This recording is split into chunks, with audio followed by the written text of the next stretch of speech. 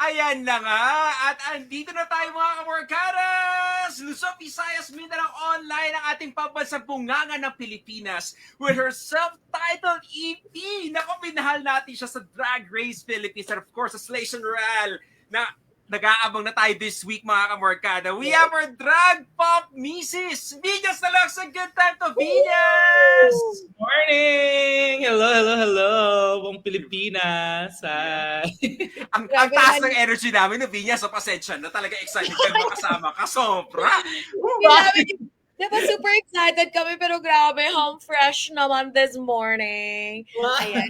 Share mo naman yung mga morning routine mo dyan, Vinyas. Yung Morning pagkagising routine? talaga. Ito, kape. Wala, hilamos. Ano bang morning routine? Prayers. Ayan, syempre kagising at mag-thank you kagad, di ba? Kasi we're alive and kicking. At thank you rin kami, Vinyas, na sinamahan mo kami this morning sa Good Time to. Grabe, sobrang inabangan ka namin talagang dito sa at talagang feel namin right moment kasi nga meron kang self-titled EP. Congrats, of course, with your EP, Vinyas. Grabe. Pero eto na, kasi nga syempre gawin nating light ang ating umaga sa Good Time talaga. So, binansagan kang pambansa bunganga ng Pilipinas. So, eto gusto namin malaman, Vinyas. Ano bang gusto mong ipagsigawan ngayon, Vinyas, as in now? Bet out tayo. Open forum pala. Ano ba? Laban! Gusto ko pagsigawan bilang nasa mga lyrics ko naman siya. Kaya talagang laban. Laban at laban talaga tayo today. Yan. Ang dami nating kasama ngayon sa comment section talaga, Vinyas. Super laban na laban din sila sa mga pa-hearts nila dyan. Pero ito na nga, minahal ka talaga ng madlang people, Luzon, Visayas, Mindanao, and over the world sa Drag Race Philippines. So balikan muna natin ng konti yung mga most memorable moments mo sa show. Okay. Let's go. Alin nga ba? At tanong ba yun? Yes. Ano ba, Vinyas, for you? So, simulan mo natin sa season 1. Ano ba yung naging most memorable for you? Most memorable? Ang dami. Kasi yung buong journey talagang sobrang memorable niya. Tapos sobrang roller coaster. Iba-iba. May tawa, may iyak, may lahat. Pero parang isa sa pinaka di ko makakalimutan yung mga reaction nila nung pagpasok ko ng nakatuwalya. Parang kasi sobrang sobrang hirap din nung moment na yun for me na mamili ng susuotin. Parang magpapaka-drag queen ba ako? Magsusuot ba ako ng magandang damit? O maglalaro tayo, magtatwalya tayo? And ayun, may natanong akong friend, sabi ko, anong mas maganda? Anong mas magiging iconic? Tapos sabi niya lang sa akin, what will Vinyas do? Sabi ko, manglalaro, so tuwalya tayo. So parang tamang decision siya kasi nag-trend siya sa mundo. Pero kinakabahan ako kasi baka, ano ba yan, tamad ni bakla or yung mga gano'n. Pero happy naman dahil yun yung naging pagtanggap ng mga tao. Iconic talaga siya, Vinyas, ha? In fairness. Kasi nga, nalala ko nung lumabas yun, tapos sakto nung Halloween, ang dami rin gumawa nun. Yes! So, nagulat talaga ako. Ang dami nagtatag sa akin talaga na Vinyas, inspired mga ganyan. So parang sabi ko, ang saya. Ang saya maging mediocre. Kasi madaling gayahin, di ba? At yung nakarelate talagang lahat. Pero ito, naging trendy ka recently, Vinyas. Of course, you're part of Slation Royale. Natatawa ako kasi yung sa recent episode ng Slation Royale, yung mga, nakita mo na ba yung photo? Yung mga iba-iba kayong reaction doon sa lip sync battle nila.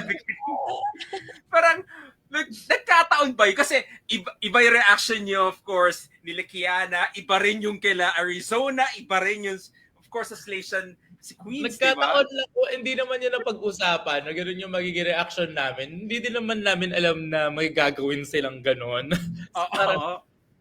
Kaya parang naloka na lang din kami and ayun,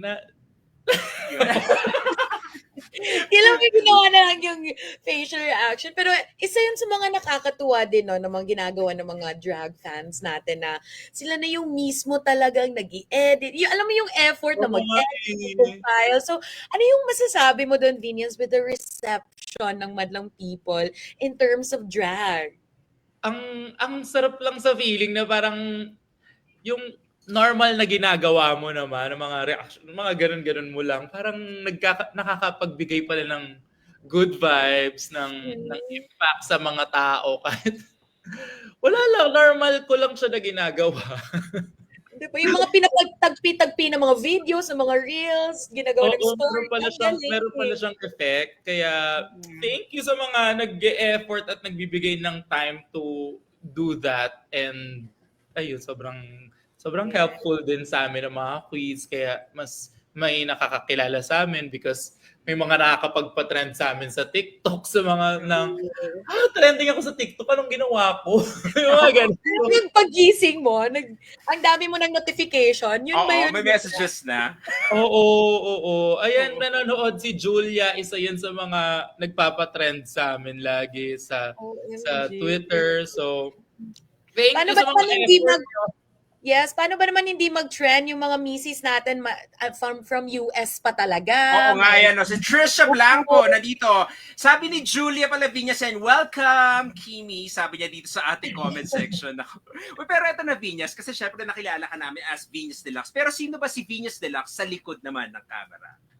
Sa likod ng camera, ano nga ba? Well, tao lang din, normal na tao na sinuwerte na bigyan ng opportunity to be exposed out there. Pero siguro yung isa sa biggest difference lang ng sarili ko na normal compared kay Venus Deluxe. Parehas kasi kaming Venus, apelido ko kasi yung Venus. Siguro yung difference lang ay mas kalmado ko kapag out of drag, mas relax, mas tahimik, usually mas gusto mag-isa. Parang lalo noon, hindi mo ako mapapaakyat sa stage kapag hindi ako naka-drag. Parang so yung Venus Deluxe na persona, parang yun yung nagbibigay sa akin ng confidence, ng another, alam mo yun, kasi parang siyang mask na parang pag sinuot ko, feeling ko invincible na ako, na I can do anything, na kaya kong umakyat sa stage, magpapansin, na parang yun yung fantasy ko sa Venus Deluxe. So, medyo magkaiba sila pero I'm trying my best na pag-isahin na sila because gusto ko yung power na meron si Venus Deluxe ay meron din si Christian Venus. Okay, so ba we get to see the difference. Pero maganda namang difference yun, diba? As a sweet girl at isang confident and powerful. At nakakatuwa to know that na-appreciate namin yan, most especially marami ka ring nai-inspire ng mga aspiring drag queen. So may mga advice ka ba sa mga gustong maging Venus? Wannabe, gano'n? Ano ba? Ang siguro greatest advice ko is keep doing it. And kasi kapag ginagawa mo siya, may mga improvements kahit paunti-unti, mas magiging kahit yung tipong kasi I started na ang pinaka first show ko, ang TF ko noon 150 pesos. Pero inumpisahan ko pa rin siya, ginawa ko pa rin siya. Just alam mo, pag mahal mo siya, tatagal ka. So gawin mo lang and enjoy. Yun naman yung pinakamahalaga. Kaya ako nag-drag naman noon is not because of the money, but do drag. Make sure na nag-enjoy sila at hindi lang sila na peer pressure or yung mga ganon. Yes. Pero paano nga ba ma-discover ng isang aspiring drag queen yung fantasy niya? Alam mo yung gusto kong maging ganito. Saan yan nagsisimula, Venus? Feel mo lang, yung para sa'yo lang. Alam mo, pag mga Halloween, ganyan. Halloween. Friends ko, iba yung sabi nila kapag naka-makeup ako, hindi naman ako aware doon dati na kapag naka-makeup ako, nag-iiba yung personality ko. Tapos nung pinansin na nila, doon ko lang na-realize na, oo nga, no? Tapos pag Halloween, may nagpapa-makeup sa amin ng drag.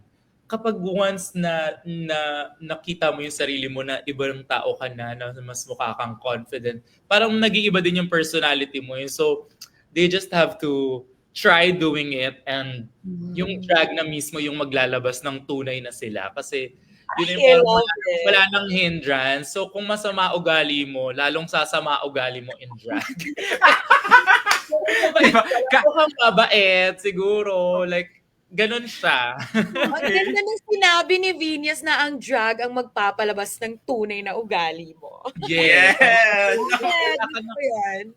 ang tatanggalin sa iyo yung hiya ng drag Oo kasi nga, feeling no? mo it's not you. Pero ayun, so kung may mataray ka, ganyan, parang lalo kang mas magiging persona mo mataray kapag in drag ka, di ba? So, or kung ang persona mo is you're a diva or a star, di ba? Mas lalabas siya, mag-shine siya lalo kapag naka-in drag ka na. Ako. Uy, pero eto na, dahil as an artist, Vinyas, iko-kompleto na natin yung achievements mo dahil eto na, congrats! Pag-uusapan natin, of course, your self-titled EP out now, Vinyas Deluxe. Kwentuhan mo kami, Vinyas, about the tracks and singles dito sa EP mo, Vinyas.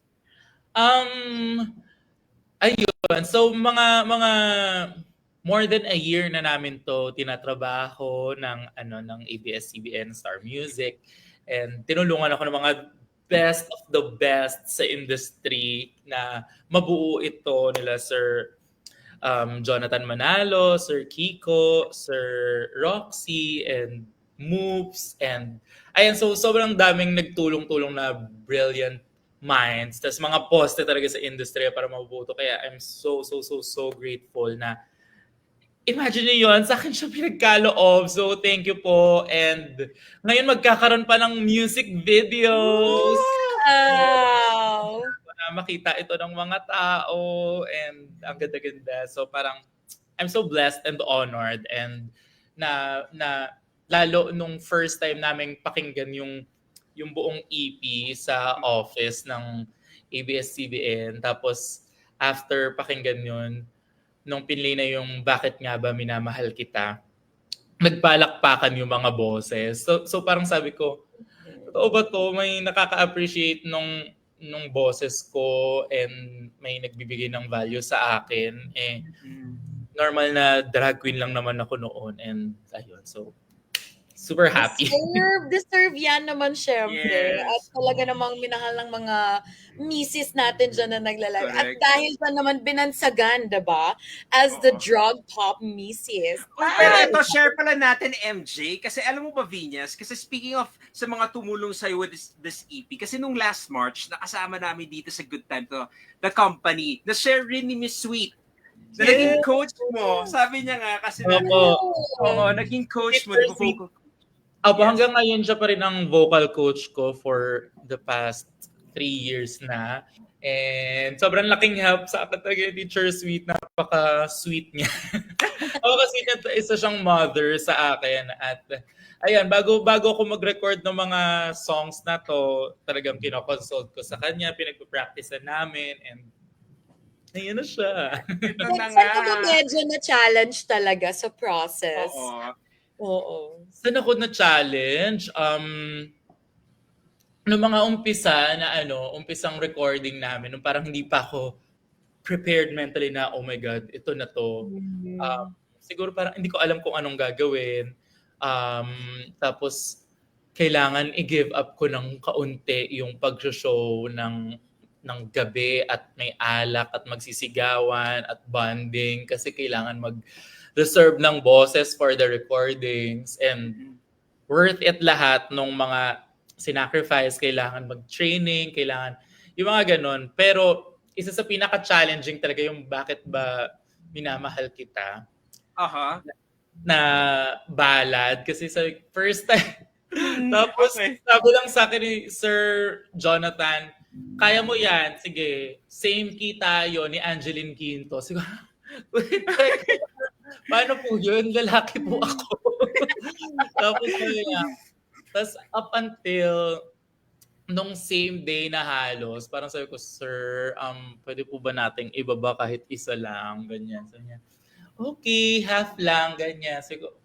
Sige po, sir. Tapos, ayun, parang may iyak-iyak na ako habang nire-record namin yun. Pero, yun pala yung goal niya para daw ramdam na ramdam ko. Kaya parang naiiyak ako talaga. May kasamang emotion. May galit. Uy, pero eto nga, Vinyas, kasi nga syempre, nung pinakinggan ko yung EP mo, di ba? Eto, third track tong Bakit Nga Ba Minamahal Kita. Why this particular track ni Angeline yung napili mo na, kasi syempre, upbeat yung mga iba eh. Tapos eto yung Bakit Nga Ba Minamahal Kita yung napili mo for your... Gusto ko talaga na mga kanta na makasama sa EP ko is mga feel good, yung parang gusto mong pakinggan habang pagkagising mo, bago ka mag-shower, mapapaindak-indak ka sa shower, tapos may inspire ka to push yung araw, ganyan. And ayun, sila Sir Jonathan yung... Ako nagsabi gusto ko din po sanang matry magbalad para at least mapakita ko naman yung boses ko. Tapos okay, ito yung song. Gusto mo ba to? Parang binigyan po nila ako ng mga list ng pwede. Tapos ito yung highly suggested ni Sir Jonathan. And sabi ko, kaya ko po ba yan? Tapos sabi niya, sige nga, kantahin mo nga ganyan. Tapos, okay, sige. Kaya mo yan. Gumanon lang siya agad. Tapos, pressure. Tapos, parang, kasi sino ba yung mga nire-record ni Sir Jonathan, di ba? Sarah Geronimo, Regine Velasquez. Parang, kaya ko ba to? Ayun. Sobrang ginaid ako ni Sir Jonathan and wala akong naramdaman na parang judgment or whatever. Talagang inalagaan niya ako while recording it and pina-feel niya sa akin na kayang-kaya ko siya. And ayun, ang galing nagawa ko. Uy, pero alam mo, Vinyas, to be honest, alam mo talagang na-achieve mo naman yung gusto mo dito sa EP mo. Kasi yung feel good, pinapakinggan ko yung kahapon, ay in fairness, feel good naman siya talagang as in lahat, di ba? Paborito ko dyan yung, of course, Mrs., yung bongga. From Latina, bongga, ganyan. Yeah. Pero to be honest rin, alam mo, hindi ko in-expect yung dance remix ng Bakit Nga Ba Minamahal Kita. Kasi, nung nakita ko yung title, ay in-expect ko, baka in-upbeat lang siya, same lyrics, ganun pa rin. Pero nung pinakinggan ko, ibang-iba siya, ha? So, ganun extension yung Venus with the song. Kasi iba pati yung lyrics, eh. Talagang... Nung una po na sinabi sa akin na, okay, gagawa natin ng remix yung Bakit Ba Minamahal Kita. Sabi ko, okay po, ganyan. So, akala ko yung kung ano yung na-record namin, i-remix, ganyan. Tapos bigla sabi, okay, pwede ka ba sa Tuesday? Siguro na-receive ko to, ilang days lang. Tapos sabi ko, ay, ano pong gagawin? Magre-record tayo ulit. Totoo ba? Tapos inaral ko yung song, tapos ayun, actually, siya yung parang isa sa pinaka-favorite ko talaga na na-record. Sabi ko, oh my God, hindi ko in-expect sa buhay ko na gagawa ako ng club mix na talagang umiiyak ka na pero napapasaya sa'yo. Sobrang happy ko kasi ito yung mga bagay na hindi ko na-imagine na gugustuhin na achievable for a drag queen dito sa Pilipinas kasi drag queens are known to lip sync kapag nagpa-perform and hindi noon before Drag Race, 'di ba, parang wala ka namang makikitang drag queen masyado na nasa mainstream kung wala talaga, 'di ba? Pero ayun, so grateful lang. Diba? Pero ramdam naman namin talaga na you truly enjoy the whole part, the whole process at nagre-reflect sa mga songs. At isa na nga dyan dito, ito ang favorite ko talaga yung Mrs. Ayan. Na-add na namin yan na-add na namin yan sa Good Time To playlist namin. So mga kamarkada, makikita niyo yun sa The Good Time To playlist and stream nyo na rin and binansagan ka ng the drug pop Mrs. Ayan. So, for you, Vinyas, anong klaseng Mrs. ikaw? Ako, ano ba? Ako ang Mrs. para sa lahat. Pero, Mrs. of all seasons. Ang Mrs. na walang mister. Pero, ano ba? Yung Mrs. kasi nag-start siya sa school. Tawagan lang namin ng mga baklang kaklase ko nung college. Parang, di ba tawagan natin mga me, be, sis. So, ganyan, oo. Me, sis, misis. Ayun. So, naaliw lang ako sa misis. Tapos parang, nagamit ko lang siya sa isa kong vlog na parang, hi mga misis, welcome, ganyan. Tapos may mga nag-comment na misis daw sila. So parang sabi ko, ay, ang cute naman, may nakarelate dun sa misis ko. Tapos may pogi na nag-reply na siya daw si Mistel. So parang pinananigan ko yung pagiging misis. Tapos hanggang sa hindi ko naman in-expect na ito yung tumatak dun sa mga viewers ko and lagi ko na din siya nababanggit sa halos lahat ng vlog ko. Kaya ayan, ito yung parang feeling ko naging connection namin ng mga nanonood sa akin. Kaya pinanindigan ko na maging isang misis. And sana hindi Grabe. namin napapastusan yung mga totoong misis ko dyan. Hello po. Ay, hindi naman Venus. Pero in fairness, malaking factor pala yung gwapong yun. Kung sino man yung gwapong yun na nag-mister, ayan, malaking factor ka. Salamat sa'yo. Kinoment niya kasi ako yung mister mo eh. Ganyan. So para sabi ko, ay shit, misis na ako talaga. Pero eto, in real life, Vinyas, eto ba, what makes a misis powerful in this day and age? In real life, like yung mga misis talaga, siguro dahil sila talaga yung nag tumatayo, 'di ba, sa pamilya. And at some part, isa din akong misis dahil ako ay drag mother and I am also a provider for my family. And I think kung sino yung mga gumagawa nun ay deserve na tawaging misis kung palaban ka at ikaw ay palaban sa buhay, hindi yung palaban na palaaway. Pero, and ayun naman siya. Yeah. Bongga talaga, no, Venus. Thank you so much. Nasa i-inspire ang ating mga misis, mga kamorkada watching sa Good Time to. Pero talagang dito sa Good Time to, hindi ka namin papakulan kung hindi ka namin ipapa-challenge. Dahil lahat ng mga kasama namin na papa-challenge. At dahil EP ang hatid mo sa ating mga kamorkadas, eto na ang ating EP challenge. Mas lalo natin i-expound lahat ng mga tracks mo from your EP, Vinyas. So, Vinyas, ready ka na ba para sa ating EP challenge? Ready, let's go! Okay, Yeah. let's go. Eto na ang ating unang katanungan sa ating EP challenge. Ayan. Ayan. Ito na. As Mariah, And as the second track sa EP mo, Bongga. Okay. Most bongga thing about you, Venus. Ano nga ba? Anong most bongga thing about me? It's my drag. Yung drag ko is bongga about me, and ito yung bagay na nagpuput ng food sa table namin. Ito yung bagay na nakaka-inspire sa mga supporters ko, and ito yung bagay na nakakapag-empower sa akin mismo. So parang ito yung pinaka-bongga and biggest life achievement of Christian Vinyas, ang pagiging Vinyas Deluxe. Wow. Uy, balik natin dun sa photo kasi in fairness speaking, dahil 99 days na lang before Christmas, eto na nga, Na-defrost na po siya. Ayan na po siya. Merry Christmas, everyone! Yes. It's time! At saka, alam mo, to be Vinyas, alam mo nung nag-perform ka dito sa Baguio, I was privileged enough na napanood ka nung nag-perform ka sa Hype before.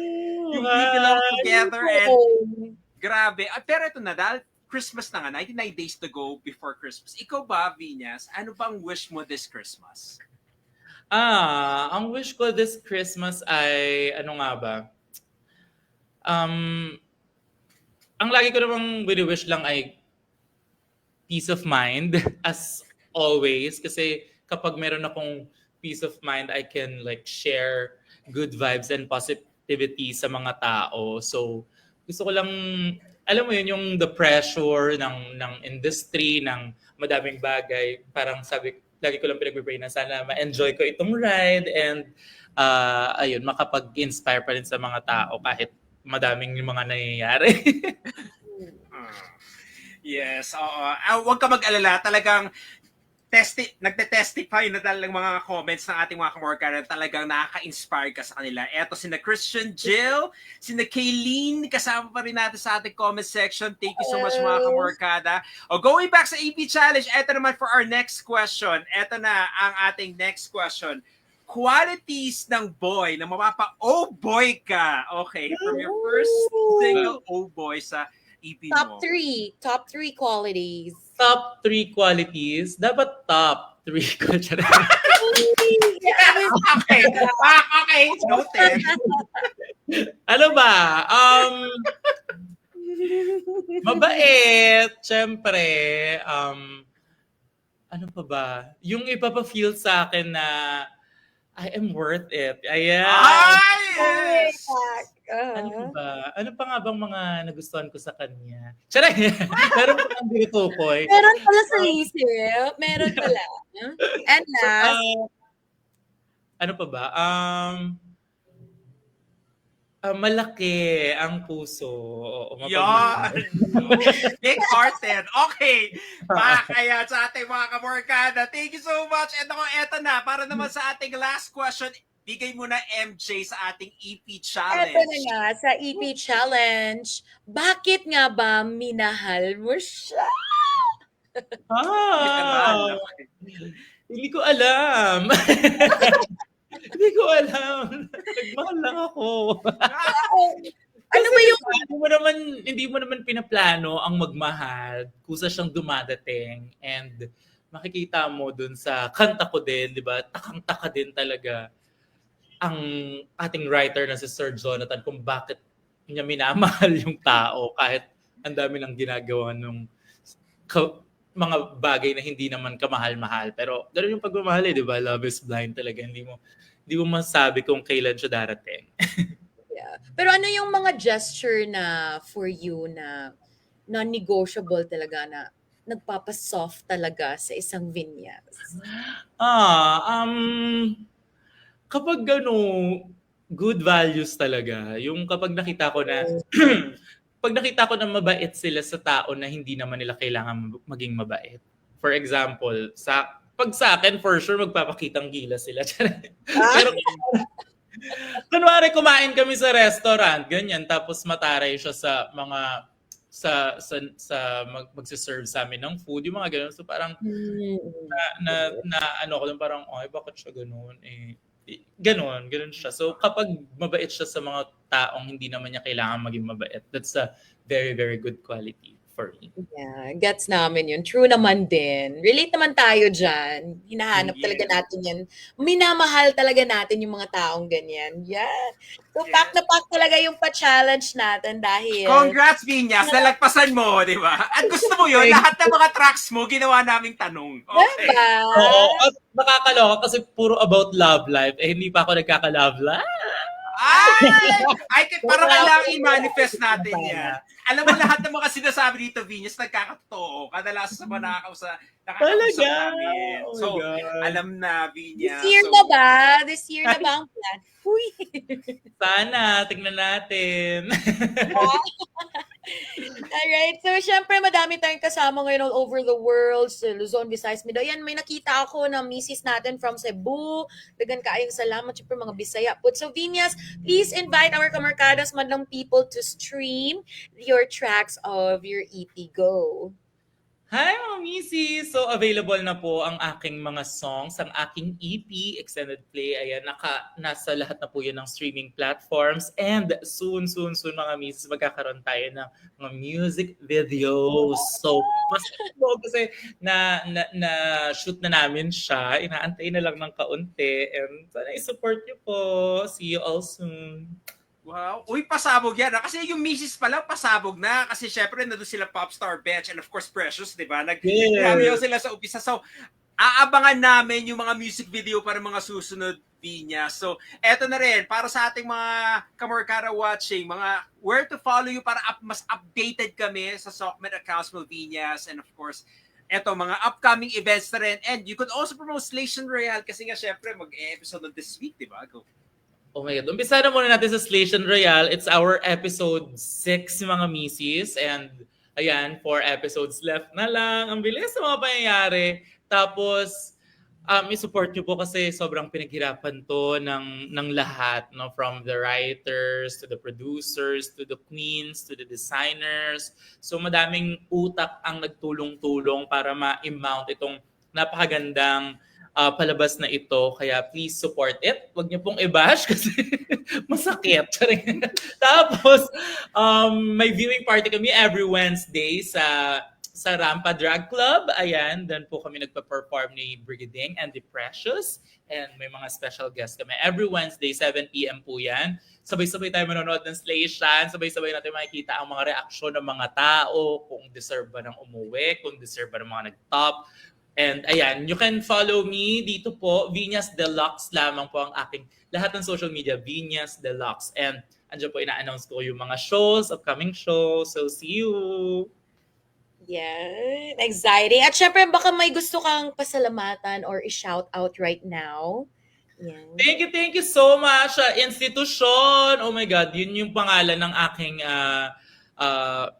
mga supporters. Yun yung tawag nila sa sarili nila, ang mga institusyon. It's our 3rd year anniversary! Oh my God! Congratulations! September 17. So, thank you, andyan pa rin kayo. Yung iba nanonood ngayon. Maraming salamat. See you all soon! Mag-celebrate tayo. Wait lang kayo. Growing family ng Vinyas Deluxe. Institusyon talaga.